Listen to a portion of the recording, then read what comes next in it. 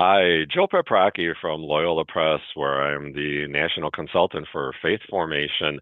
And welcome to today's webinar, Finding God in the Mess. And today we're going to be spending time with one of the authors, Father Brendan McManus.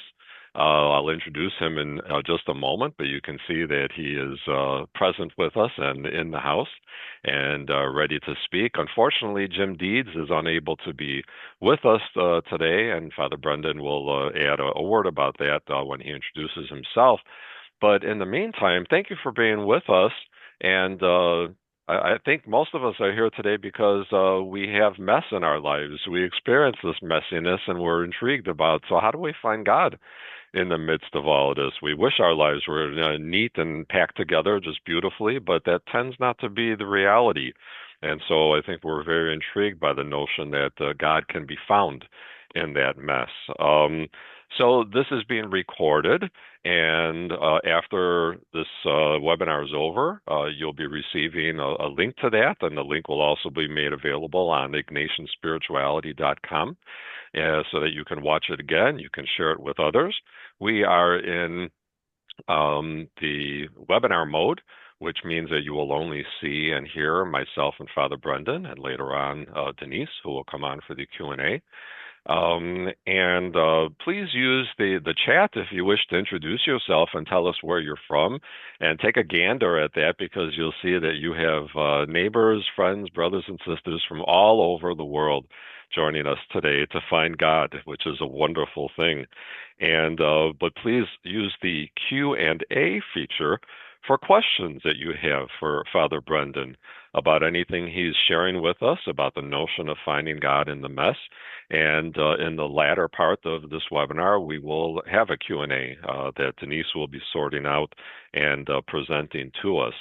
So having said that, without further ado, I would like to welcome Father Brendan and begin our webinar. Father Brendan, welcome. Glad to see you today. Thanks so much, Joe. Really lovely to be here with you from Dublin, Ireland.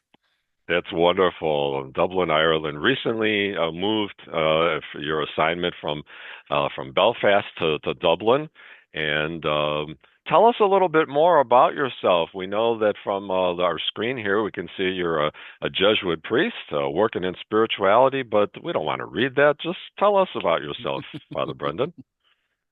Sure. I mean, it's a very simple story. I always tell people I've had three different careers. I grew up on a farm in a place called Fermanagh, which is in the north of Ireland. That's why I have this funny accent.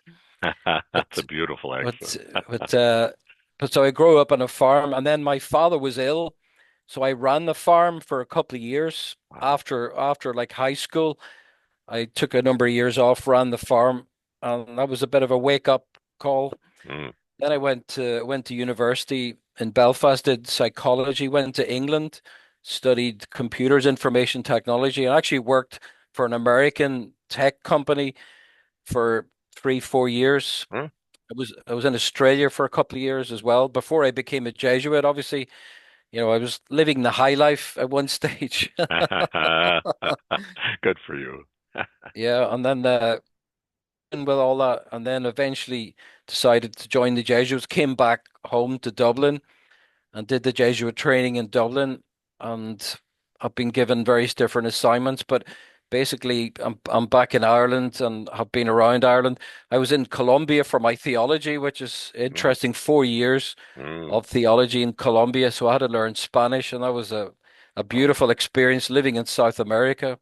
Totally different culture, obviously. I'd love to hear you speak Spanish with your Irish brogue. That's right. Must be wonderful. Very charming. People think I'm a Mexican. Oh my goodness, that's so wonderful. Yeah. Well, thanks so much for introducing yourself. Unfortunately, your co-author, Jim Deeds, couldn't be here today, but can you tell us a little bit about Jim? Absolutely, yeah. Just to say, Jim would have loved to have been here. Unfortunately, he was prevented just by some medical issue.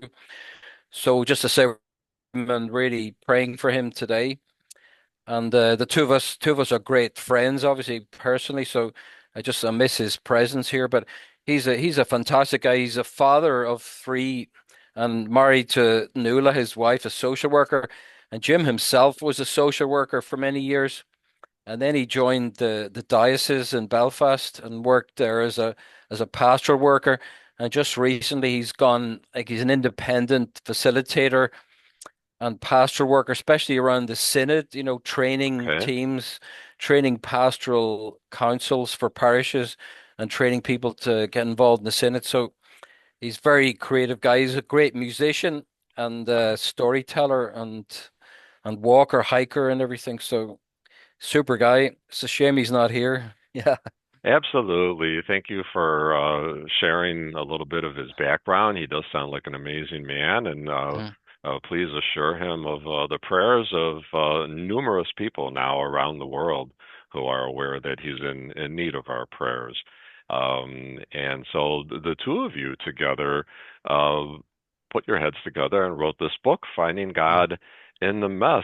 Give us Mhm. some background. Before you do, I'll just point out to people there's a QR code on the screen there. If you want to go ahead and scan that, you'll have all the information you need about how to acquire the book. So I don't have to take a lot of time doing that. We'd rather listen to Father Brendan talk about this. Tell us where the idea of the book came from and how it developed and what the book is attempting to accomplish. Sure. I'll tell you, it's a funny story how it all began. I'm big into the Camino de Santiago in Sure. Spain, right? The big pilgrimage. So I was on the Camino a number of years ago. There's an Ignatian Camino, like the Jesuit Camino, and unfortunately I fell on the Camino and I got an injury.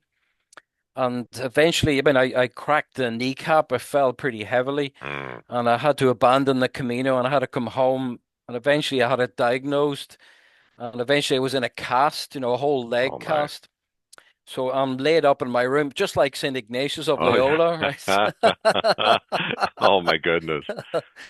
So it gave me a perspective on Ignatius as well, actually, being a Sure. limping pilgrim. But anyway, I was in my room and it was quite difficult, to be an invalid and to be cut off. And I was in this old Victorian house, my Jesuit community, and stuck upstairs because I could hardly navigate the stairs, and there's no lift in the house. Mm. So I'm just kind of scrolling through my phone, just abstractly. I was on Facebook and I saw Jim was like a friend of mine, but I didn't really know him on Facebook. And Jim was posting all these great things like stories and poetry. And just this idea popped into my head. Wouldn't it be great if we were to get together and write something, the two of us? So like his stories and poetry, some of my kind of theology and my photographs. I'm a bit of a photographer. Okay. I thought that'd be just a great thing. And of course I put it off initially. I kept putting, but it kept coming back to me. And eventually I contacted him. I said, what about this? What about if we were to do something around this? Mm. He said, sure, let's do it. So we started working on it. And this theme emerged pretty early Mm. because I mean I was in a bit of a mess myself, obviously, Sounds like it. with the injury, yeah. And Jim was saying that he could really relate to that theme. So we started working around this. In fact, originally we had this idea about it was an emergency toolkit for prayer, for praying Okay. in difficult situations. That was our original idea. And we had tried some titles, but none of them really worked. And it was actually the editor in the Messenger publications in Dublin at the Irish Jesuit one. They came up with the title. They Mm. they kind of took our title and material and came at it, just formulated it all into that really neat Mm. phrase, Mm-hmm. finding God in the mess, and that took off. And I think the title sold the book for us. It's such an unusual Yes. phrase.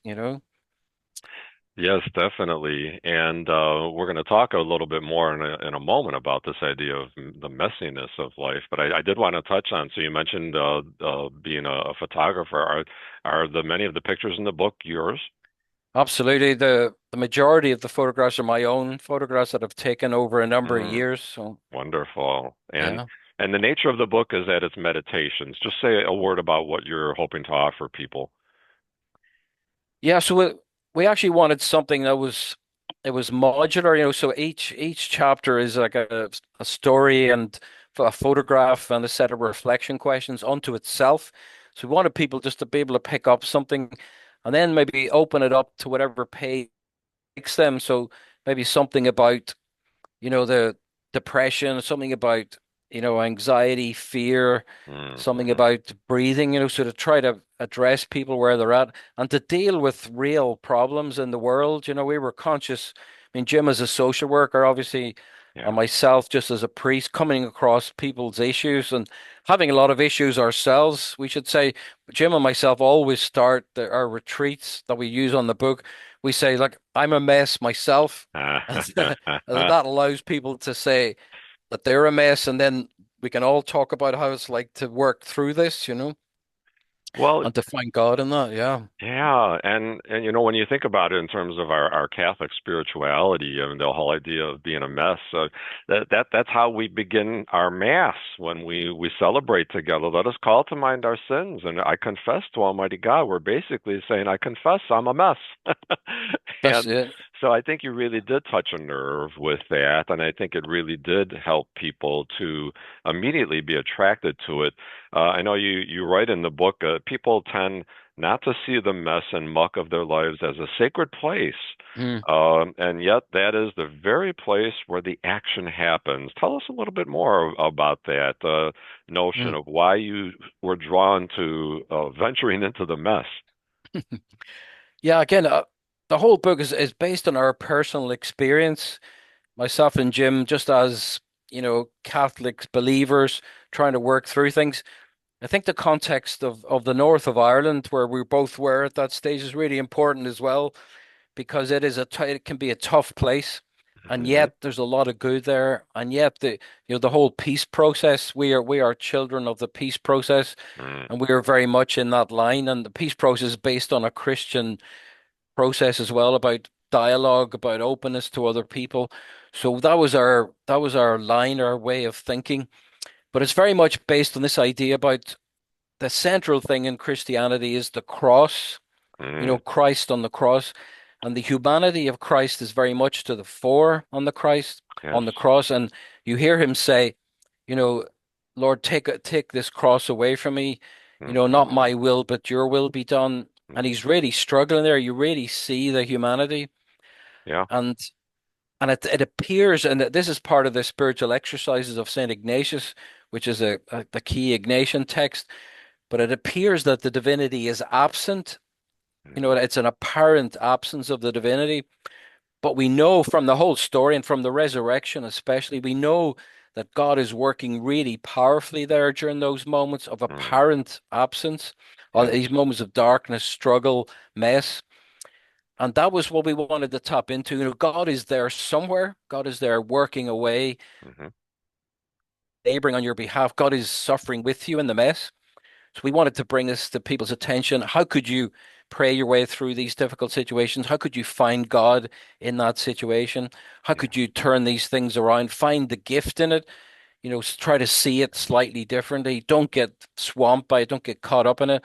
So all these good angles were coming to us out of just looking at these things, which are part of our own lives as well. Hmm. Mm. Yes, that's a wonderful explanation of the approach you took to this book and inviting people to explore our own messiness instead of being embarrassed about it or hiding it or denying it, none of which is helpful. And you yourself just shared that when you were writing this book, or the idea came that you were in the mess of the injury that you had on with your leg. I'd like to invite all our participants, if you are so willing to do so, in the chat. Just share a couple of words about a mess that you're dealing with in your life. You don't have to, tell us your whole story. But I'm going to ask Father Brennan to talk about a few other things. But while he's doing that, go to the chat and write in, so Father Brennan would say, I broke my kneecap, so something similar like that. What's the mess you're dealing with? And after a few minutes, I'm going to ask Denise to come on and share a few of those examples with us. But in the meantime, Father Brendan, in the book, you and Jim chose to talk about four areas in which you can explore this notion of the mess. And so you chose life, struggle, pain, and growth. Tell us a little bit about why you chose those categories and what each of them is attempting to do. Sure. I guess the first thing is we're we're trying to follow the dynamic of the spiritual exercises. Okay. So the spiritual exercise starts off with like God's love for us. You're fundamentally a good person, and it's a gift from God. And then you move into sin and failure and mess. And then you move into the cross, the story of Jesus, and then you come to the resurrection. So it's like a U-shaped curve. Mm, And we wanted the book to reflect that. So the structure of the book is about life, first of all, then the struggle, the pain, which is the bottom of the U, and then the growth and the resurrection comes at the end. And it's also based on these kind of classic stages of spiritual growth. The purification, illumination, union, again, mm, follows exactly the mhm, same pattern. But basically, just noticing in our lives that U-shaped curve is often so much what happens in our lives. Where everything's going great, then suddenly we hit this crisis, this difficulty. mhm, We're plunged into the pit or the darkness, and then we have to find a way out of that. So that mhm. basic dynamic, and that's reflected in the book, the sequence of the stories on those chapters, those four chapters, overall chapters that we put together there. That's very helpful. I appreciate you sharing that. It's brilliant actually, though, that now that I look at it, the spiritual exercises in the 4 weeks, it's Mm. just jumping right out and hitting me in the face there. So thank you for enlightening us about that. Denise, can I invite you to come back on stage here? And we've asked people to put into the chat some of the various messes that they're experiencing in life. Well, what are we finding there, Denise? Oh, we're finding everything from recurring health problems or chronic health problems, worries about children facing surgery or injuries, people confused about family divisions Mm, in the wake of political differences, mm, retirees looking to what's next in their lives, loneliness. So lots of different yeah. angles that people are looking at from the messiness here.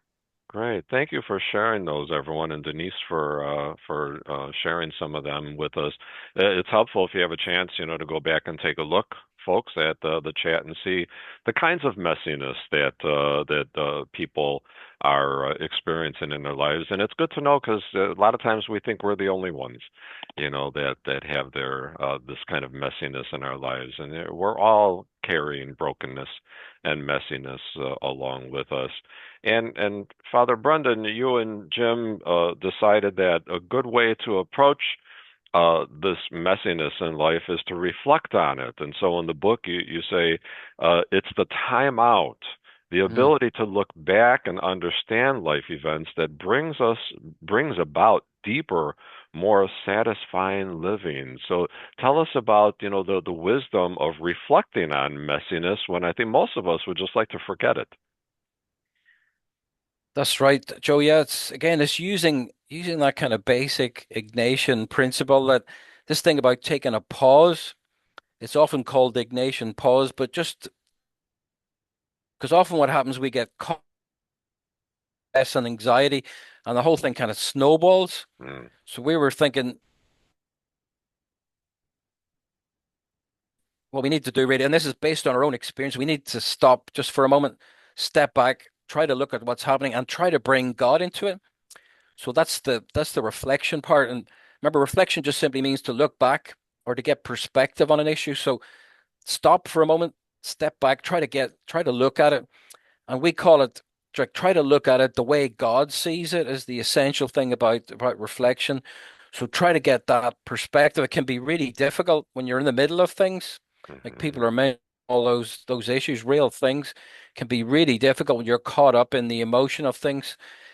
Just to stop, step back. Remember, God is always with us, and God is holding us here, and God is closer to us than ever in the middle of all these things.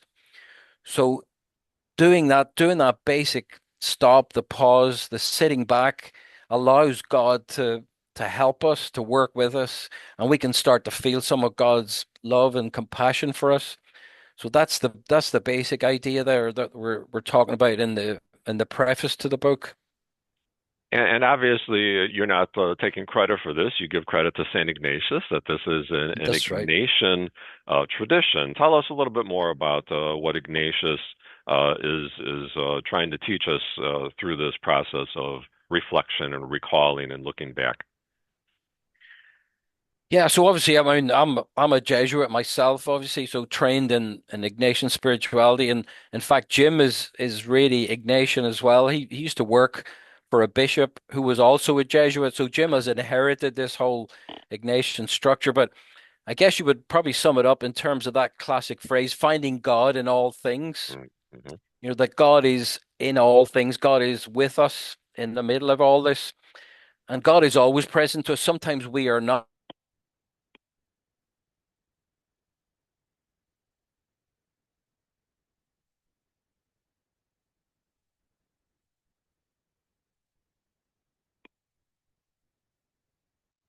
It would seem that Father Brendan's feed is frozen for a moment here.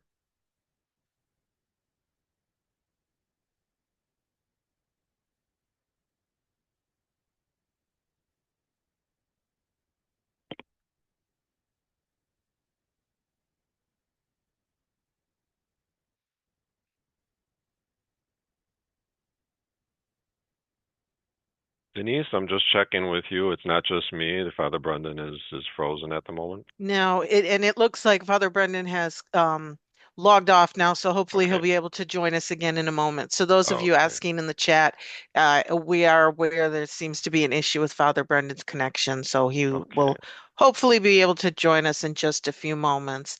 And in Yes. the meantime, I think we can just offer a oh, Mark asks, can we find God in this technical mess? Yes, I'm sure we can. Isn't that wonderful? That's great. Well, Things do happen. You're right. We're getting mm, some wonderful commiseration and yes. attitudes in our chat here. But Hmm. in the meantime, we'll also offer up prayers for all of those who've shared your issues Hmm. of the messes you're dealing with of all those different natures. Absolutely, and of course, keep Jim Deeds in your prayers as well. Um, I think what I'm going to do is just turn my camera off here for a second and see if we can contact Father Brendan Okay. and get him back. So hang in there, folks. We should be able to have Father Brendan up and running in just a couple of minutes.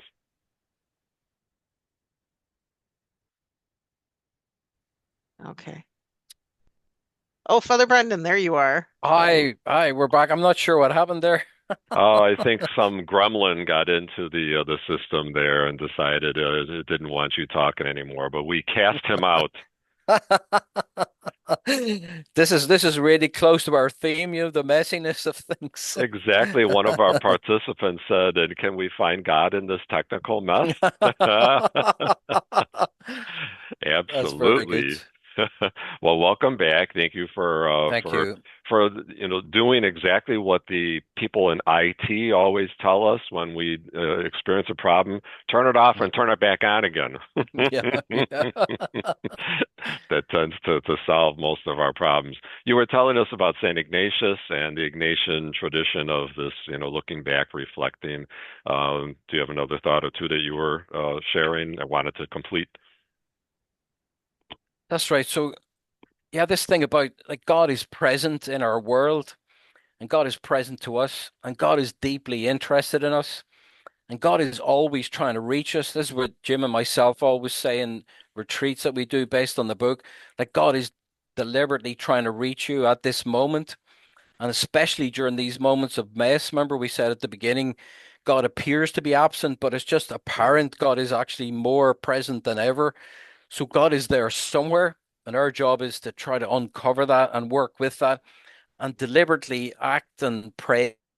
This is true, which it is, but sometimes it can seem like the opposite. And Hmm. some of this is quite paradoxical. Yes. What I'm saying is the opposite of what you think, you know. So deliberately setting out to find God, uncover God, presume that God is present, and live as if that was a reality, that changes everything, and it changes how you see things and how you interpret them, and then how you work with them and how you can get through them, I think eventually.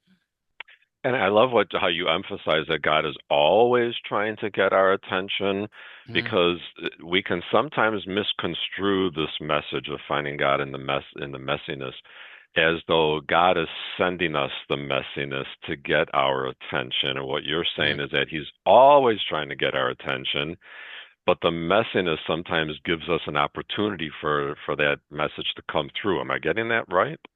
That's exactly it. That's exactly it. I think for some reason God allows these things to happen. God doesn't this kind of suffering or messiness in our lives, but God uses it really powerfully, and God can communicate really powerfully with that. If we can interpret it properly, not seeing it as a personal fault or disaster or something, but just seeing this is an opportunity for me to grow, to get closer to God, to try Mm. to bring my life more into line. That changes the way you see things, and it gives you hope. I think this is the key thing. It gives you direction and a meaning and a purpose in terms of engaging with these situations, which can be overwhelming a lot of times. Yes, absolutely. Let's Mhm. take a walk through these four movements of the book, which you pointed out to us, mirror the spiritual exercises, and you began uh, the book by introducing us to this concept of looking at life. And you and Jim say the key to becoming enriched and refreshed is to connect to the source of all life, the meaning of our existence. And then you also offer some questions for reflection. Tell us a little bit about your thinking of this notion of connecting to the source of all life. Yeah. So you remember I was saying about the first section about life is connected to the spiritual exercises, and especially the beginning of the exercises and the first week. And the exercises begins with the idea that we are created by God and that we are fundamentally good and we are loved. And the funny thing is, Jim and myself were giving retreats based on the book, and we realized that a lot of people were starting off with the mess and the difficulty in their lives. We Mm, realized we had to bring them back to the foundations, the starting point. okay. We realized we have to cover these fundamental kind of presuppositions first in order to help people get started properly. And they are just simply that you are created by God. You're individually loved is the name of one of the items, and that God has given you this life, and that everything is a gift, and to be able to see things in that light, to be able to see God present in things. Mm, So life is tough, but there is a way through things, and there is meaning and purpose, and there is a way to deal with these things. So that's what we were trying to nail down there. The starting point has to be this is God's world. We are mm, part of God's creation. We are fundamentally good. That's the other key thing. We are fundamentally good people, despite all these things that might have happened in our lives. And that helps people. We found that really helps people to get back on track, not to get sucked into the despair and the meaningless or just waiting around the corner for you. yeah. And this is another key Ignatian uh, concept, which is that there are two forces working on you. So there's one from God for the good, but there's also one for the bad, not Yes. from God, that's trying to undermine you. So we're Hmm. trying to wake people up to this reality. You need to tune in here and you need to be really careful, protect yourself. And there's a phrase that we use a lot. It's called to keep yourself in consolation. Mm, So keep yourself close to God and use Christ as your anchor, which is one of the key Ignatian concepts. And you got to keep choosing Christ in different situations. So that's the really strong kind of fundamental starting point there that allows you to deal with things as they come up after that. I'd like to remind people that if you have questions for Father Brendan, please go to the Q&A feature and put those questions in. In just about 15 minutes, we're going to go to a Q&A. But I love what you've offered here, Father Brendan. It's very much an intervention, because in the messiness, sometimes that's all we see. And then you're inviting people to take a step back and to make sure that they're aware of the context in which that messiness is happening, and that's so important, because otherwise all we see is the Mm. messiness. Um, And in one of these, so I took an example from your book of how you invite people to look at life. And one of the meditations, you focus on the gift of time. And Mm. you and Jim write, as we get older, the weeks seem to go more quickly. I can relate to that. It would be easy and a shame to forget how much a week can hold. This week will hold a path full of possibilities and experiences. All we have to do is take a step along the path and keep our eyes open along the way. Mm. So, this meditation, one of many meditations in that section on life, is designed to do just that, right? To help us step back and see the broader context. Tell us more about this theme. Yeah. So again, it's that thing about giftedness that time is a gift, and also, but also it's pointing to people's mortality here. That life is not infinite. That we are going to die at some stage. Not to put too fine a point on it, but the purpose is to really live. To really use the time we have, and to examine. We talk about look at how you use time. Look at how you waste time, for example. Mm, This is another key Ignatian thing about discernment. See where you are actively using things well, using the gift of time well, and see maybe where you're not using it so well. And that little reflection will tell you what you need to do. But it's all about waking up to the reality of our kind of flung into the world as these mortal beings. We're gifted, but we're also limited, mm. and we need to make sure that we keep on track, knowing who we are. Our dependence on God is another key element of that. We need God to help us navigate and move and live and have meaning and purpose in our lives. So yeah, trying to get all those things into one story there, that's what that was about, I think. Yes, and then you always follow up with some wonderful questions. And so, for example, under the gift of time, you invite us to ask or to think about, concentrate on your breathing for a moment to see. I love that, to see if you're alive. One of my colleagues thought perhaps that was a mistake. That what do you mean to see if? I said no. I think this was maybe a little cheeky there, right? Um, Exactly. Irish sense of humor. I love it. But then you also ask, how can I make a better use of the time given to me? What are the things that I waste time on, and how could I handle them better? Tell us, Father Brendan, your hopes for these questions at the end of each of the meditations. How should people be approaching these questions, and what should we do with them? Yeah, so yeah, the questions are really interesting because originally we didn't have questions. And in the discussions originally with the editor, we were invited to think about that. Hmm. And then I began actually Jim had written a lot of the content, the stories, and I began writing the questions. And I was trying to figure out what is exactly the concrete thing coming out of this particular theme, like the gift of time, for example. Like how would we nail that down concretely? And how could we invite people to do practical exercises?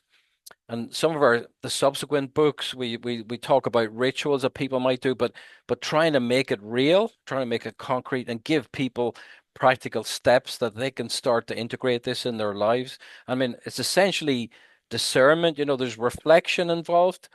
Then there's discernment. How am I wasting time? Where do I need to spend time?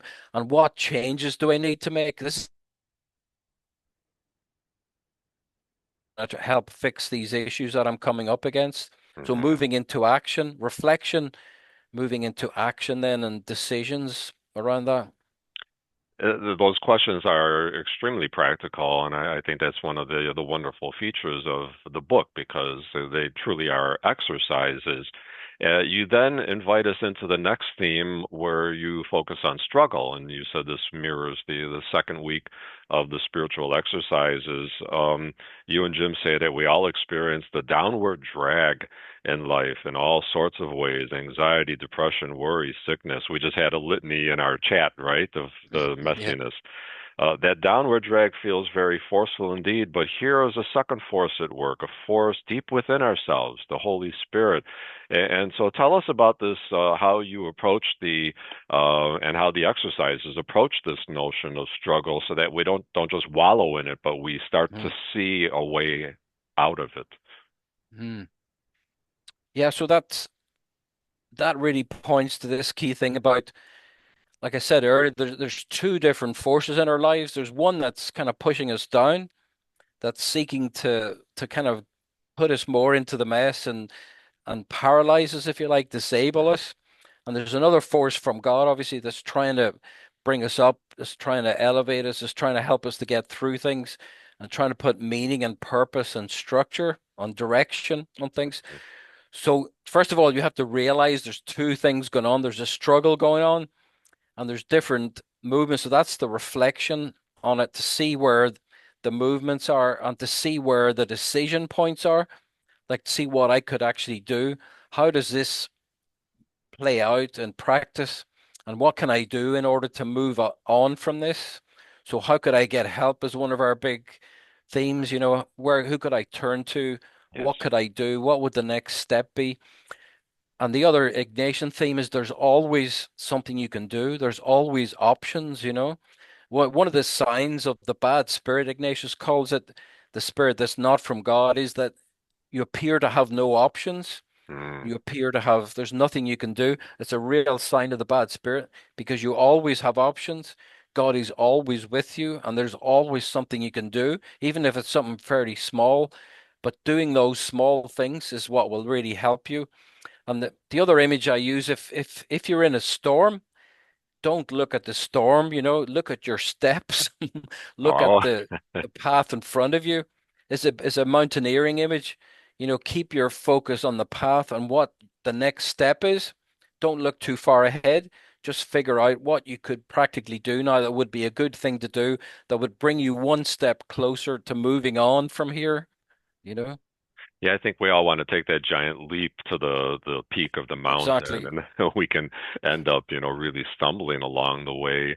An example that you use, a meditation that you invite us to focus on, is the notion of endings in our lives. So this is one of the struggles that many of us experience, and you talk about when some things end, it's a big deal, like relationships and friendships. Mm, Reflecting on these things that end, we can see that all that is left behind are lessons learned, love. So, talk a little bit about the endings and how we can find new beginnings.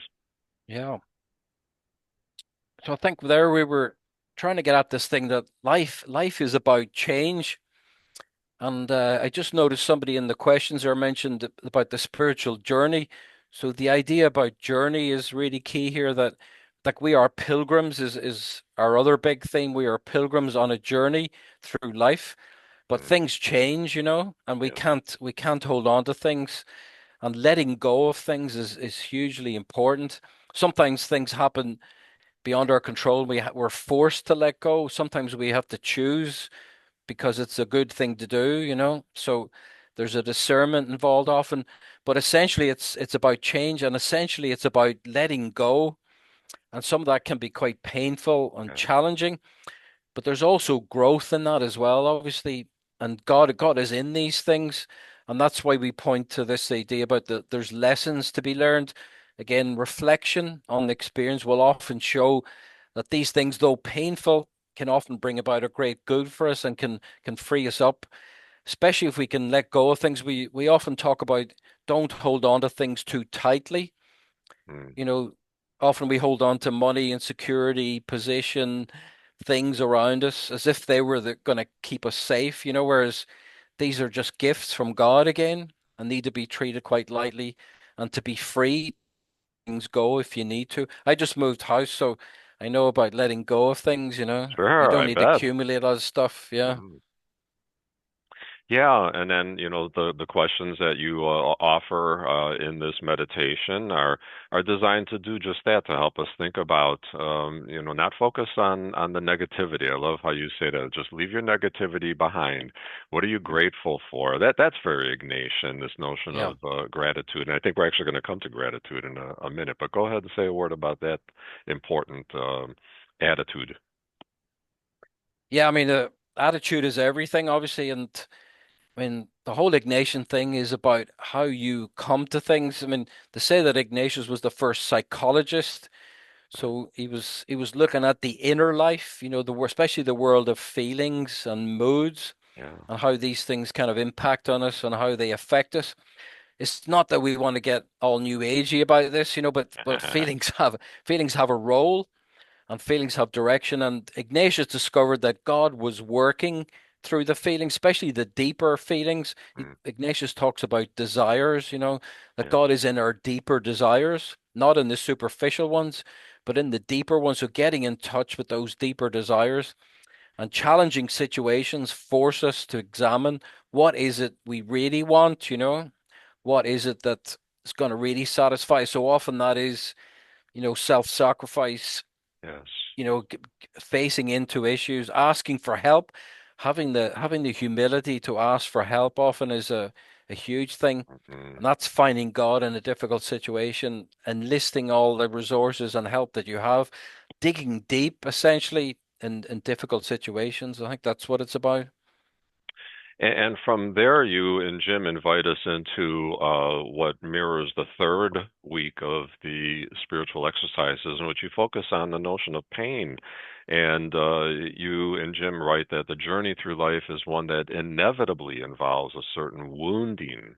Good choice of words, a certain wounding of us all. And being wounded is not pleasant. In fact, sometimes it's downright awful, and yet wounds can heal. So tell us a little bit about how the meditations in this section reflect what the exercises are calling us to in the third week. Yeah, so this is it's a really good question because I think this section is probably the key one. This section starts to hit all those big issues. Mhm. So suffering obviously is one of the key things, but it has depression in there. It has violence in there, woundedness, fear, the dark night, anger, sorrow. And we Mhm. were trying to really name those big issues that hit everybody, hit all of us in our lives, that Mhm. comes with being human. Human is to have great joy, but also to have great suffering, And for Yes. some reason, this is part of our condition. And for some reason, often this is where we grow the most. And Mm. often this is paradoxically, this is where God can really come home to us and we can really make huge progress. Again, it's not asked for, and God doesn't send this suffering as such, but for some reason, God is in these experiences and God helps us to grow and to move and to be able to survive these situations. Certainly, Jim and myself talk about our own lives and what's happened. A lot of these stories are biographical. We're talking about our own Mhm. situations and we're trying to learn from those and we're trying to get wiser and we're trying to learn more about the way that God works. So God is always present in those things, like we say, but there's always a way of praying with those, is what we're saying. And that's the third week of the exercise, is to be with Christ during his suffering, is what the third week grace is all about.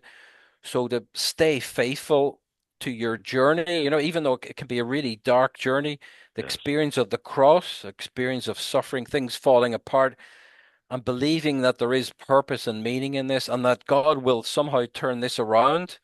And the resurrection is just around the corner. Remember, we said at the beginning. Mhm. So handing things over and handing everything over, giving everything you have sometimes can be deeply challenging, painful, but there's something powerful about that comes through at the end, and not in our own time, but in God's time. And then you invite us to look at, to meditate on one of those very real, painful moments or experiences of our life. You talk about fear. Yeah. Tell us a little bit about the pain of fear and how fear is a part of this struggle and how we can start to see possibilities in the midst of fear. Yeah, so again, we're just reflecting on fear in our own lives and other people that we know. And we saw the damage that fear can do. It is a very human emotion, but it definitely locks you up. We talk about it locks you up in a small room and it makes your life very small. And one of the realizations, this is the Ignatian discernment, is that it's not a good thing. Often we can canonize the fear as if Mhm. it was a gift or a great thing, but often it's a limiting thing, and it's really cutting down our options, and it's locking us up in a box, like we say. So we Yeah. want to nail the demon, if you like, and you want to name it accurately, and you want to move against it. One of the Ignatian rules of thumb is that you act against desolation or things that are not from God, that you have to act against it. And you have to pray with the problem, is what Jim and myself often say. Pray with the actual problem. Don't be avoiding it. You got to go right through it and ask for God's grace. I have another article on the internet just about anxiety. It's a very similar issue. Yes. You got to pray with the issue, bring God's grace to bear directly on that particular issue, and ask for God's help. And also ask around, is there anybody else that can help you with this? How can I move this on? This is not easy stuff. Sometimes you need professional help with this as well. Obviously, these things are bigger than us sometimes, but enlisting God's help can be really powerful. And I've seen people do extraordinary things once they get those insights that, this is not what God wants for me. God is asking me to really ask for huge help on this. Yes. And with God's help, I can move and I can really make great progress on this, given I do all those things. Yes. And I love the phrase that you use. Sometimes we can canonize the fear. That's going Mm, to stick with me. We mm, canonize many things in sure. life that don't deserve that. And while I'm sharing another thought or two, I do want to remind people to go to the Q&A. We're about 3 or 4 minutes away from starting our Q&A. We have one more theme to just chat about, but this notion of turning to someone who's bigger than you are, I think these questions that are part of this meditation um, really encourage us to seek help. We always want to lift ourselves up by our own bootstraps. And in spirituality, it seems to me what you're saying, Father Brendan, is that one of the keys to healthy spirituality is to asking for help and reaching out for help, someone bigger, someone other than yourself. That's exactly it, Joe. You know, one of the things, again, we talk about in our retreats is the need for humility. Humility doesn't mean humiliation, obviously. Okay? It just means acknowledging sometimes I need help. And we talk about the wisdom of knowing when to ask for help. And obviously Jim and myself have had to do this ourselves, but knowing when to ask for help, knowing that I depend on God, that's a dependence. I need God's help and God's grace to function and to live and to thrive, if you like. So not asking for help is not a good thing. And that's a bit of a trap, individualism, Yes. being too self-sufficient, and I start to cut myself off. So realizing I'm part of a network of relationships, realizing that sometimes I have to ask for help, sometimes I have to ask for professional help for specific issues, but often the answers are around me. Sometimes there are people that can help me, and a lot of these things are solvable these days. Yes. We can fix these things. You can fix fear. You can fix anxiety. You can fix depression. The real tragedy is that people get lost and people get overwhelmed by these things, Yes. whereas often there's a way through these things. I'm speaking from personal experience now with my brother had huge depression and we were grappling with suicide and all that. So that's a whole other theme there. Yes. Yes, Yeah. and the this notion of seeking help is was captured so well in by the 12 step movement in the realization that you can't find healing until you can admit your own powerlessness. And so that's a very Ignatian concept. You invite us then into the last phase of the book, the fourth week of the spiritual exercises, to talk about growth. Mm. And you talk about how, sometimes we don't see the change right away. We want instant gratification. We want to see, our lives change on a dime. So you talk about those as mustard seed moments, and then you go into using the example of talking about accepting myself. So tell us a little bit about the overall theme of growth, and then Mm. the meditation that I've chosen for you to talk a little bit about here of acceptance of ourselves. Sure. Yeah. So you're dead right that this is the fourth section of the book. And again, we're trying to mirror this is the fourth week of the exercises. So it's very much moving towards like the resurrection experience or the signs of hope is probably the best way to put that. So we wanted to end on an up note, we wanted to try to bring people back up out of the mess, if you like. Mm, So we're acknowledging that change does happen, but it comes very slowly, just like you said. We want things to happen really quickly. And sometimes people have this kind of miraculous idea that things are going to get fixed overnight. mm, And that very rarely happens. And normally, the way God works is through slow human processes, over time and situations and concrete people and processes and, appointments and all this sort of stuff. That's the incarnational aspect of it. It happens through the normal human process of growth, and that is humbling to accept that. That's the way it plays out, and that's the way God works in our lives most frequently. God is working through these slow, iterative, small change processes, and that's the examine as well, which we're going to come back to that later, but that's an essential part of that to slowly work on things over time and each day to be doing something concrete, each day to be taking a step in the right direction. So some of the themes in that section are about accepting ourselves, believing that God is present to us. And as I say, using the examine as part of that, handling distractions, but it is a mustard seed element that these small seeds, these things that you plant that seem insignificant, but sometimes assume this really great meaning over time and that sometimes play out really well in our lives. That's what we were trying to get at there. and you succeeded in doing that. I mean, you're encouraging us to see ourselves as we really are, as we truly are, and the truth shall set us free. And so, Yeah. it's a very powerful notion.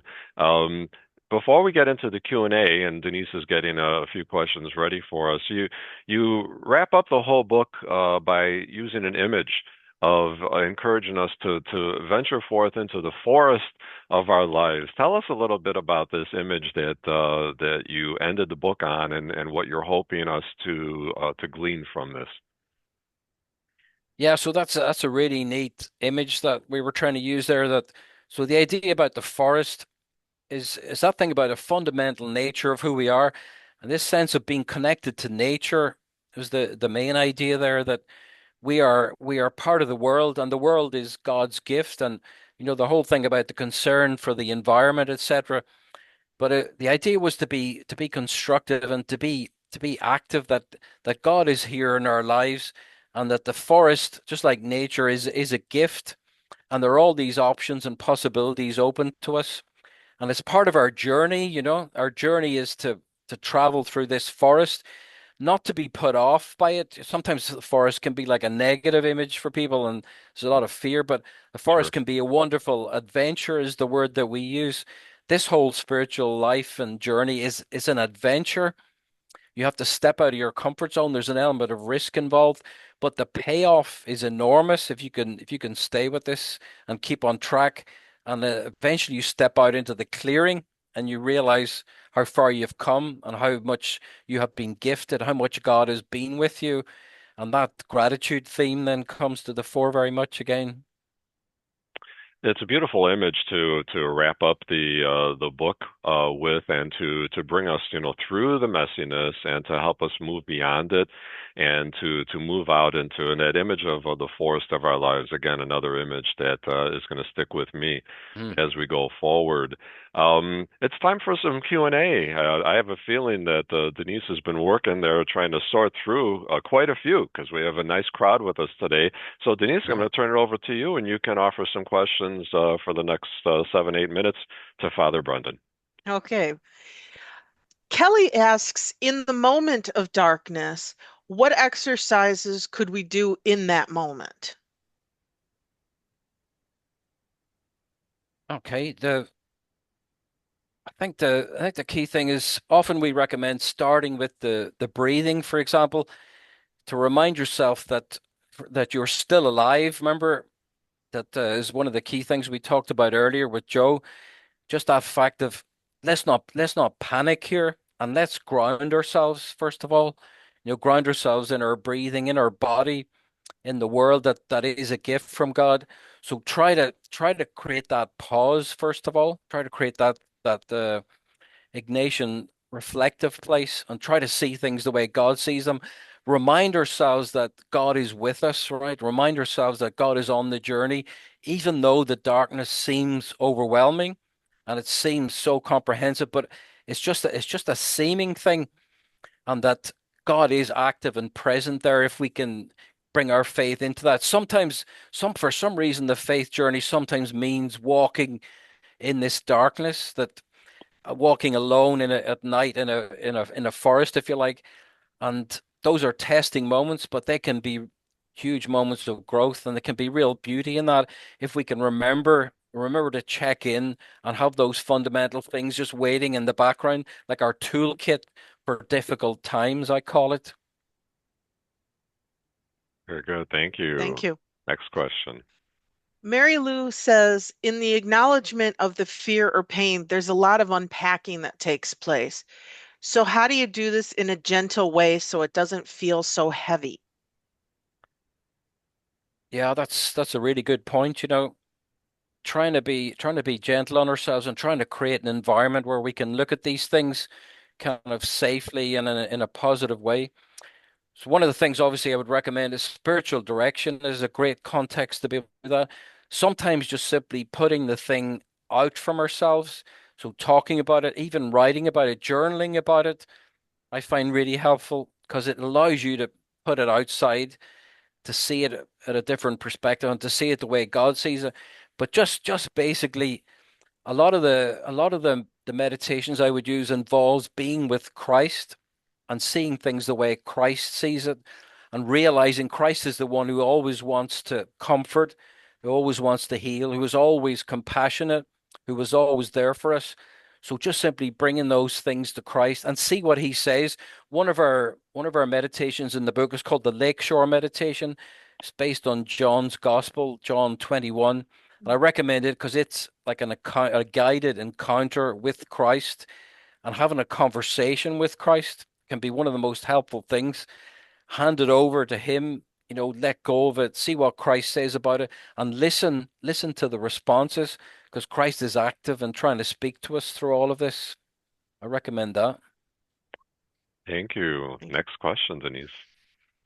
Aura wonders how to help someone who is clinging on to the pain and suffering because she's familiar with it and would rather continue than let go and truly live. Yeah, again, I'm very familiar with that. Just trying to coach my brother and different people through depression and very serious issues. So, being with someone, walking with someone is quite a challenge, because it means to be present and to try to walk at their pace. Sometimes we can be really impatient with people. We want to fix the thing. We want them to go beyond where they are, but often they're not able to do that because of the situation that they're in. So communicating to them, there's two messages. One is I love you dearly, and there's this kind of an unconditional love for people. But also there's a sense, the second message is, I am concerned, and that there are things that I'm worried about and that maybe you could address, and maybe there's things that you could do. But often people jump to the second and forget the first. The first one is much more important. The fact that they are loved and that you have this tremendous love and affection and compassion for them, you need to make sure they hear that message first. Otherwise, they will not move. And this is God's perspective. God sees people as the creation that they are, this beautiful work of art of God's. We need to very much have that perspective to start with. So I recommend that as a starting point there. Thank you. Thank Denise, you. let's squeeze in one more. Oh, okay. Uh, Adele wonders if you can use elements of this process with a small group, if you could provide some details. Yeah, I mean, exactly. In fact, the whole book is designed to be used with groups. We designed it for like parish work and for group work so that people could take these exercises. So we recommend like you tell the story, you read the text, and then you have people reflect. So you give people time and silence, and then you have people come back and say what this speaks to them, how it comes to them. So everybody speaks in turn. Remember, this is the Ignatian method, Ignatian conversation, it's called, if you Google it. So there are certain rules, of operation. One is that everybody speaks, nobody comments on what anybody else has said. Well, there's no fixing, just people listen to each other and hear each other. And that is a really powerful experience to listen. Most people don't listen. Unfortunately, we jump too quick to solutions. So creating a space where people can reflect, look at the issue, especially the really difficult, messy issues in their lives, and can be accepted for that and can be listened to. That is the really powerful thing. Not that we want to leave people in the mess, but that they can be empowered to find their own solutions and to be able to get God's insight on that can be really helpful. Thank you so much, Father Brendan, for answering those questions. Denise, thank you for sorting them out and bringing them to the fore for us. I can't thank you enough, Father Brendan. I speak on behalf of the many people who are participating in this today. I feel like we all just made a new wonderful spiritual friend in you. You're so approachable and have such a caring and loving and compassionate approach to the spiritual life. And we thank you for sharing that with us in finding God in the mess. Can't thank you enough for being with us, and I hope we get another opportunity to hear from you, Father Brendan. Absolutely. And thank you so much for this. Just to say, a lot of my reflections are written on the blog on the Jesuit.ie website. If you just Google my name, Jesuit and blog, I've answered a lot of these questions there, just in case people want to follow up on this. Absolutely. Thank you for sharing that because I'll bet you there's quite a few people who want to follow up on this. So Yeah, thank you again, Father Brendan, and to Jim. Please extend our best to your absolutely. co-author and Oh, assure him of our prayers. And that's thank right. you to all of you who participated in this today. Please know that you can find the book, Finding God in the Mess, at store.loyolapress.com. You can call our 800 number, 621-1008, and during business hours, speak to a real live human being about purchasing the book. And of course, the recording will soon be available at ignatianspirituality.com. The QR code is once again on the screen for you to scan and find the information immediately about finding God in the mess. Our prayer for you, those of us at Loyola Press and in the Ignatian community, the Jesuit community, including Father Brendan, is that you will indeed find God in the mess of your life and be able to trust in the Lord to walk with you through that mess so that you can begin to see um, transformation on the other side of it. It is truly a journey, and we need to be patient and we need to trust along the way. Thank you once again for joining us. Until next time, this is Joe Pepraki. God bless. God bless.